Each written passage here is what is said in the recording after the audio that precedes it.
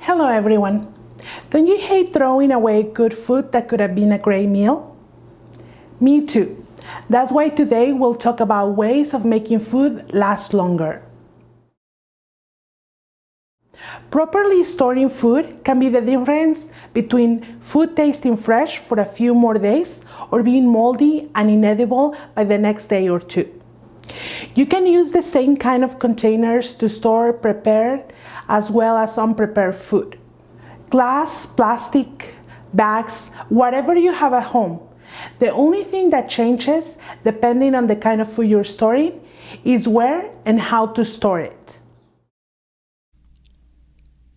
Cereal, pasta, bread, grains, beans, and other dry goods should be stored in their original package until opened. Once opened, any unused portion should be stored in airtight containers or zipper bags in the pantry. Canned food should be stored in the pantry, but once opened, any unused portion should be placed in a closed container in the refrigerator. Fresh fruits and vegetables should be stored in the refrigerator unwashed. Washing them removes a protective layer fruit and vegetables naturally have. Unripe produce, such as green mangoes, bananas, or avocados, can be placed in a bowl and kept on the counter until ripe.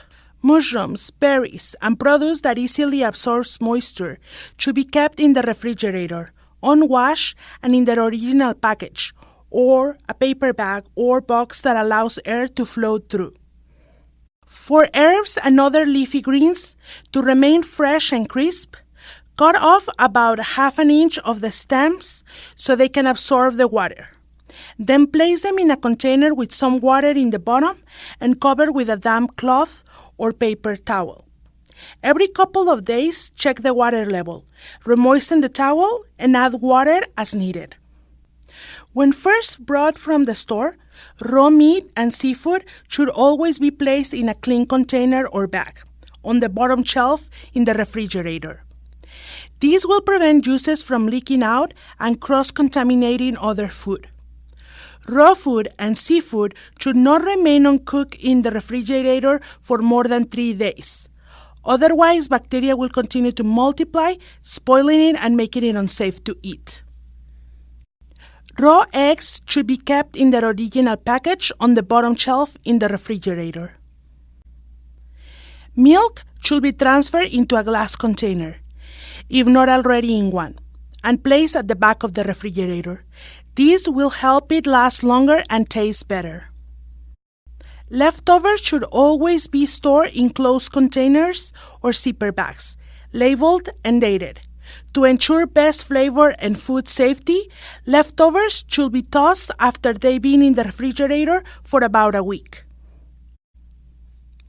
Since the refrigerator door is the warmest part of the fridge, only things that are more or less shelf stable, such as condiments, are the only things that should be stored there.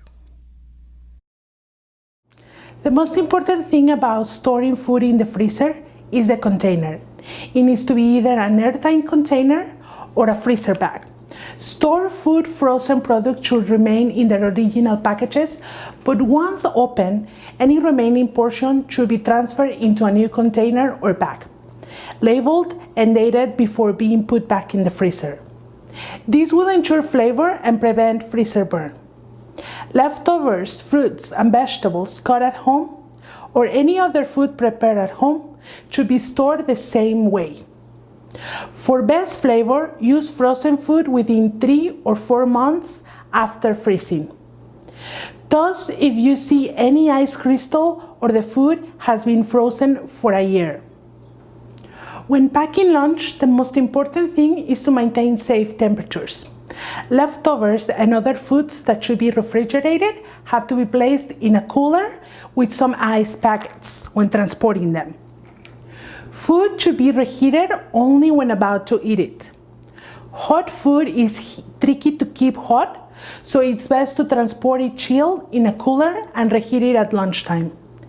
Keeping cold food cold and hot food hot will keep them out of the danger zone, prevent bacteria from growing, and ensuring they are safe to eat. It's also important to store different foods separate to ensure best texture and flavor. When packing a salad, for example, place vegetables in a container with a lid, croutons or nuts in a bag, and dressing in a small container, chicken or beans in another container. The ingredients of a sandwich could also be stored separate. Assemble when ready to eat. This will ensure that vegetables and croutons will remain crispy and bread won't get soggy. I hope you enjoy learning these tips and find them useful. Until next time.